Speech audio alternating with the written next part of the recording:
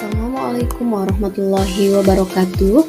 Perkenalkan, saya Laelia, calon guru penggerak Angkatan 11 Kota Bandung. Pada kesempatan ini, saya akan memaparkan kesimpulan dan refleksi pemikiran Ki Hajar Dewantara. Pengajaran adalah bagian dari pendidikan. Pengajaran merupakan proses pendidikan dalam memberi ilmu untuk kecakapan hidup anak-anak, baik lahir maupun batin. Sedangkan pendidikan diartikan sebagai tuntunan dalam hidup tumbuhnya anak-anak. Pendidikan dan pengajaran merupakan usaha mempersiapkan segala kepentingan hidup manusia, baik dalam hidup bermasyarakat maupun hidup berbudaya dalam arti yang seluas-luasnya.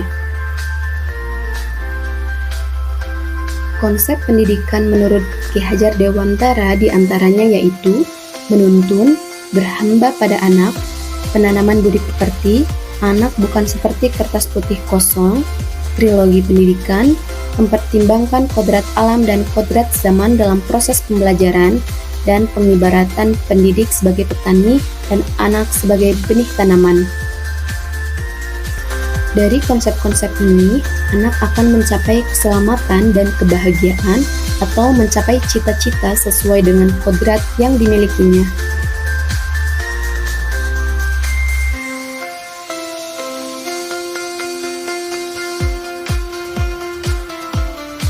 Sebelum mempelajari modul ini, saya beranggapan bahwa murid dianggap sebagai kertas kosong, di mana seorang guru hanya mengisi kertas tersebut sesuai dengan tuntutan materi, bukan sesuai dengan kodrat anak. Selain itu, saya juga beranggapan bahwa proses pembelajaran hanya sekedar transfer materi saja, sehingga menuntaskan materi lebih penting daripada memahami karakteristik murid. Saya juga beranggapan pembelajaran hanya berfokus pada aspek kognitif dan pencapaian KKM saja, di mana saya hanya melihat hasil belajar siswa dari nilai ulangan, sehingga pembelajaran yang saya lakukan itu tidak menyeluruh atau holistik. Saya juga beranggapan siswa itu diperlakukan sama semua tanpa mempertimbangkan kemampuan, minat, dan bakat.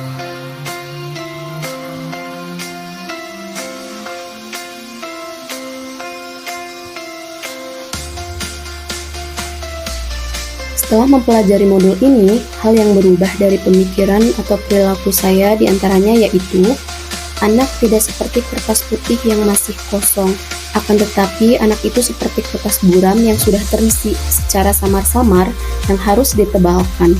Tugas kita sebagai guru yaitu menuntun, memfasilitasi atau membantu anak untuk menebalkan garis samar-samar tersebut agar dapat memperbaiki lakunya untuk menjadi manusia yang seutuhnya.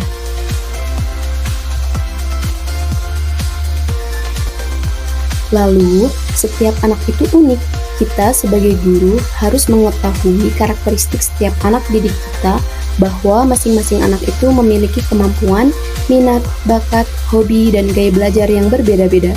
Maka dari itu, kita harus memfasilitasi anak sesuai dengan kodratnya, sehingga anak bisa belajar dengan mudah, nyaman, dan menyenangkan.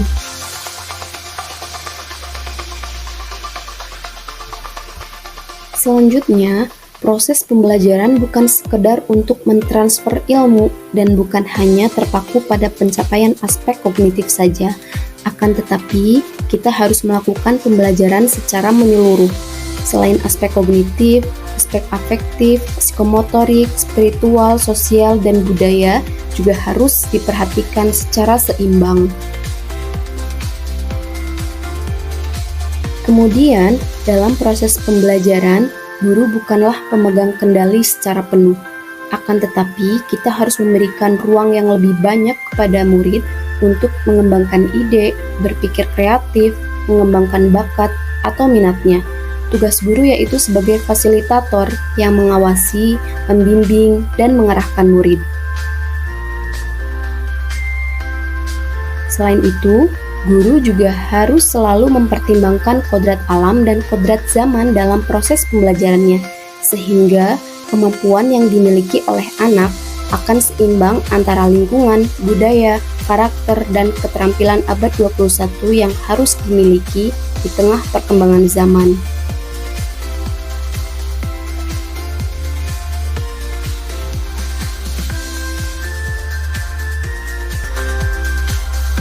Yang dapat saya laksanakan dalam pembelajaran di kelas antara lain melakukan pendekatan kepada murid, mengenali dan mencatat karakteristik, minat, bakat, dan gaya belajar murid, sehingga saya dapat memberikan pembelajaran yang menyenangkan dan mudah dipahami oleh anak. Selain itu, saya juga merancang pembelajaran yang menarik, interaktif, serta menyesuaikan dengan kodrat alam dan kodrat zaman. Selanjutnya, saya akan menerapkan konsep merdeka belajar dengan sistem EMO. Guru itu bukan menuntut, tapi guru harus menuntun. Lalu, saya akan melakukan proses pembelajaran secara menyeluruh atau holistik, tidak hanya memperhatikan kognitifnya saja. Sekian pemaparan dari saya. Wassalamualaikum warahmatullahi wabarakatuh.